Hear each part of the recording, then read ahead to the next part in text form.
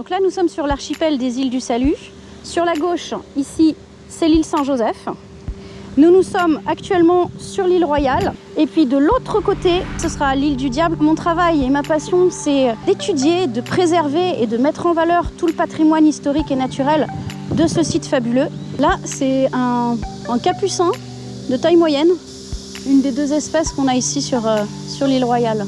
Donc là, on emprunte la pente des blagueurs. On peut voir le travail des bagnards. Ça fait partie de nos dernières réalisations. Des panneaux explicatifs avec des documents d'archives, des plans anciens et puis un texte qui explique les bâtiments emblématiques du site. L'hôpital militaire, l'hôpital du personnel qui est terminé en 1863. La tombe est fracturée vraiment en son centre. Donc un travail de restauration à mettre en place.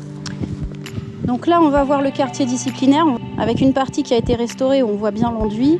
Et là, on est peut-être sur le côté le plus sombre de l'île Royale avec les cellules des condamnés à mort. 1, 2, 3, 4. 4 plots qui servaient à poser la plateforme de la guillotine lors des exécutions capitales. Là, on aborde le quartier des cellules sombres. On a encore le mot cellule avec des enjeux de recherche et des enjeux de préservation. Et malheureusement, on voit le manque de respect d'un certain nombre de visiteurs qui écrivent un peu partout leur nom.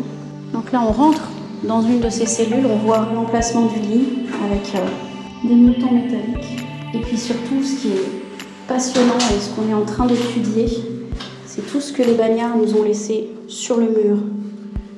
Donc des graffitis crayonnés. Il y a marqué chocolat, avec les tarifs et tout. Le dernier enduit, c'est celui-ci, tu vois, le rouge.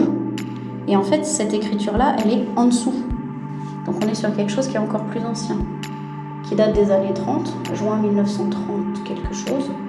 Il y a marqué cellule, surveillant, je suis quelque chose. Alors tout ça, ça a été relevé par la technique de la photogrammétrie.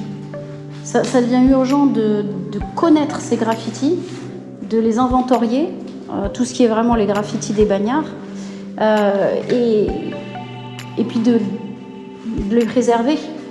Alors par la photographie, par l'étude, parce que malheureusement les gens n'ont pas beaucoup de respect pour le site. Donc là on vient de débarquer sur l'île Saint-Joseph avec un chantier en cours. En fait ici on a une gravure amérindienne qui représente alors potentiellement un petit singe. On voit la queue un petit peu enroulée. On aborde ici le cimetière du personnel libre et qui regroupe près de 300 tombes et enterrées face à la mer. Bon, il nous reste encore beaucoup à faire pour restaurer et sécuriser le site, mais on est là pour ça. C'était Aurélie Schneider pour Guyane Inside, et comme on dit ici, petit à petit, toi tu qu'à monter montagne.